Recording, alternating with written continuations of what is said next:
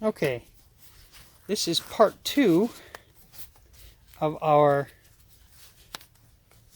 initial ficus styling demo. And this right? is, what kind of a ficus? It's a willow leaf ficus, Ficus salicaria. Used to be known as nerifolia and then salicifolia. Now it's sarracenia. I'm sorry, salicaria. Sarracenia is a carnivorous plant we were just talking about. So basically, this has been in the pot for a couple years. It's not pot bound. It has some wrapping roots that need to be adjusted. We talked about leaving it in a trainer. We could also put it in an oversized bonsai pot. This is an oversized, this is not the final pot for this. It's a little bit shallower than this. It's still deep enough to where you'll get nice rootage, but what'll happen is the roots will start growing out instead of down. So it'll continue to help with your nabari, right? Mm-hmm. So what we're gonna do now is we're gonna take it out. We've already cut the top. It was kind of drastic. Normally with a juniper or a pine or a hardy tree, we would cut the top and then let it recover for a whole year. It would recover much faster. But here in Florida, we actually could still do the top and the bottom without having to worry about the tree up and dying, especially if it's been well fertilized and cared for. This has good roots. It's in good shape. We're going to start combing the roots out. We're going to see what we have for nabari. It's kind of hard to see. Sometimes we take a ficus out and we start cleaning. We find this huge base below that we just didn't realize because they continue to swell underneath the soil line. The issue is sometimes they'll cross underneath the soil line. You don't see that. It just needs to be readjusted, like this right here. It's coming out, but then it's kind of starting to cross. It looks like it's coming all the way around. Yep. We'll take that and yeah, it did. See it come all the way around your root ball. That's the other reason why we would repot, is just to continually improve your nabari, because when we cut them back, we get back budding and you can get some nice, even nabari over time. Also, if we have roots that are not consistent, if they're really high or really low, we can eliminate them. This is a good time to really take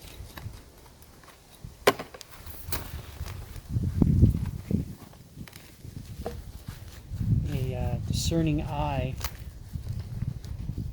That's really circled. Yeah, it needs to be fixed. So this is a heavier duty pair of root shears. That's some that we're circling pretty bad. We're going to shorten a lot of these long ones, these long roots that are just coming out pretty far. We want the roots to pop close to the trunk again. And you cut off the heavier ones? Yeah, heavier ones, and you leave the finer ones if you have tight finer ones. Finer ones is what actually doing the work. The heavy ones are in the ground. They would be used to hold the tree in the ground and stabilize it. Within a bonsai pot, that's not necessary because we wired the trees in to the pot.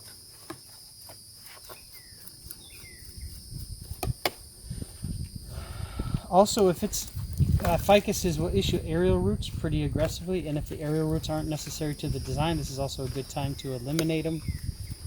Looking at the front that we've chosen, we have this that was kind of, we didn't know what was going on, but it was really distracting, so we just eliminated it. Too fine, too high up.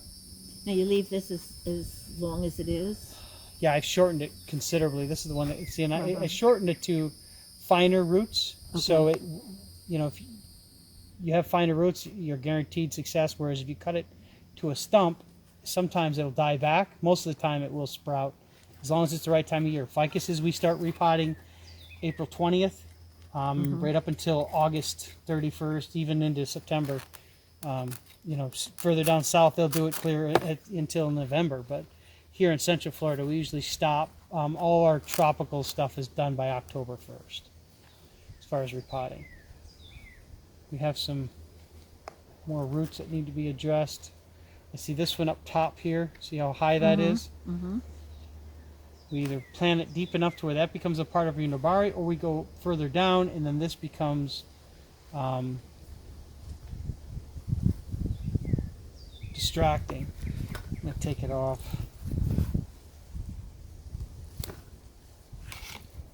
I like to have a powerful base. Now that will go under the bonsai soil, that last cut. Nope, that's going to be exposed because your root is going to be right there. Your base is going to be nice and powerful. I don't know if you can see that. Be a nice, powerful base, and we'll continue to develop roots growing. Do you have to treat that where you cut it? You could use a little bit of cut clay, but it's not necessary. Anything below the thickness of a pencil. If it's below the thickness of a pencil, you don't have to, because like I said, they exude a sap that helps seal the cuts. What I'm doing right now is making it a little bit, the root ball a little bit shallower. There's the root right there. The other issue is if you transition from regular potting soil into bonsai soil, it's a good idea to slowly get all of the old soil out and incorporate bonsai soil. This tree is basically bare rooted. So the reason why is the regular potting soil will stay wet a lot longer than the bonsai soil.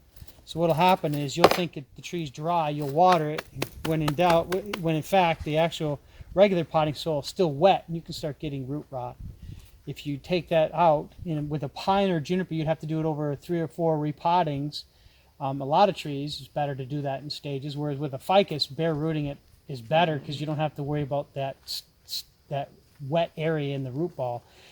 Ficuses aren't a succulent, but they almost behave as a succulent. That's why the roots are so thick and meaty. They hold moisture in there, and they tolerate dryness very, very well. What they don't tolerate is too much wet, especially in the winter. Yeah, it's got a nice, powerful flare now. We'll put it just out of center in the pot, just making sure that it's deep enough. We're gonna cut a little bit more off, but that's a nice flare. Right underneath, I want to make sure that it's going to have bonsai soil under there without having any of that regular soil in there. Now you can do it just because you don't have to like water it off the soil. You can take a hose and you can pressure wash this with a hose for sure. This is pretty clean now. Any roots that are crossing, any roots that are sick, any roots that are too thick, too far out, I'm making them short so when they back bud, or when you get new shoots that come out, you'll start creating that more ramified rootage. I don't want any more crossing roots, so anything that's too tall, too far out, this will eliminate. What did you mean by a sick root? If it looks like it's root rotted, if it's sort of spongy, if it's like crushed is in your hand, it's not a live root, it's a dead root. We want to get rid, like this is a good example. This is good, it's got feeders on there. This one right here is like dark brown and it's really weak looking. Also, that was a dead root because it doesn't have that bright green or bright yellow cambium. It was just taking up space. It wasn't doing anything for the tree. And I know this looks extreme, and it is extreme. Any other tree, I'd yell at an employee for doing this, but with a ficus in May 10th or May 8th, this is a perfect time of year to do this. This thing is going to issue roots all over the place. We're going to put it in nice, well-drained mix. What we use for just about every tree in the nurseries, we'll use Akadama, Hyuga pumice, black lava, red lava. We don't add any organics. It's 100% inorganic, although you will use, possible organic fertilizer. So this is going to be off-center. It'll be just in the back half. The center of the trunk will be just in the back half of the pot. That's how it's going to be placed. And that's going to be your, see that nice base? A nice powerful flare. We're going to tie it in. We want it to where it's not going to be, the wire's not going to be seen. And if we had cut big roots, we would wait a day to water it in, but we didn't cut any real big roots. There was a couple big cuts, but we could water this through today so it comes out clear, and then you're going to water it like every other day until you start seeing good growth. Then you'll kick it up to watering it once a day. not a lot of foliage. Regardless of how hot it goes, if we go back into It's the real 90s, hot and it looks real sunny, or it's real summer, because you're going to put this in a shady spot for about 2 weeks. Okay. And then you're going to move it into full sun. If you have it and it dries out, like you take your finger and you can poke it all the way down, it feels bone dry, water it. Whenever we repot, I always put a little pile right above where I'm going to put the base, make a little pyramid. And then I take the tree, if there's a bare spot underneath, I'll set it right on those rocks and I'll put it in nice and tight on the ground so there's no air gap underneath the roots. I always want to make sure that we have the tree tight into the pot. I don't want to have any movement on the roots. Ideally, we would have 2 ties, one in the front, one in the back, and then we could actually take a third one and tie it, but this actually will work pretty well once we get it tightened in. This will be a nice,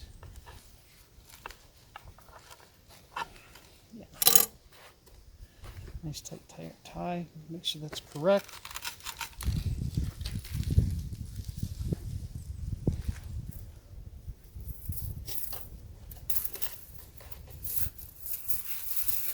how do you decide what size wire? To tie your tree in with? Yes. Well, if it's a smaller tree, Jeanne, smaller than this one, 1.5 to 2 millimeter is the bare minimum. This right here is 2.5. What's nice about the little bit thicker aluminum wire is that it doesn't I should have done this first and shown how to do it, to be honest with you. The nice thing about the 2.5 is it doesn't stretch or break as easy. It takes a little bit more abuse. I just put one in the front because there was only one in the back. I didn't like the way it felt. So I just added another one. Ideally, you would always put 2 wires in a pot anyway. You don't want movement once you've repotted the tree. You want to have it nice and stable in the container. We pull, then twist. You don't pull and twist. Yeah, see, now it's nice and stable in the pot. If you pull and twist, chance of the wire breaking is a lot more realistic. If you use copper, it's much harder to break. Okay, so we spent 15 minutes talking, and the phone wasn't working. So we ended up repotting it. Jeannie's going to put this in the shade for a couple weeks. We've put cut clay on there. They get a chance to show how the cut clay was applied. We did a little bit of work on the nabari, more work on the nabari about basically making more even radial root patterns. This is a 5-year plan, right? But it's positioned in the pot, not centered, slightly in the back, just a little bit. It's a beautiful tree. It's got years to go, but should be good. She's going to put this in a shady spot for 2 weeks. Then she's going to move it into full sun as she starts seeing growth.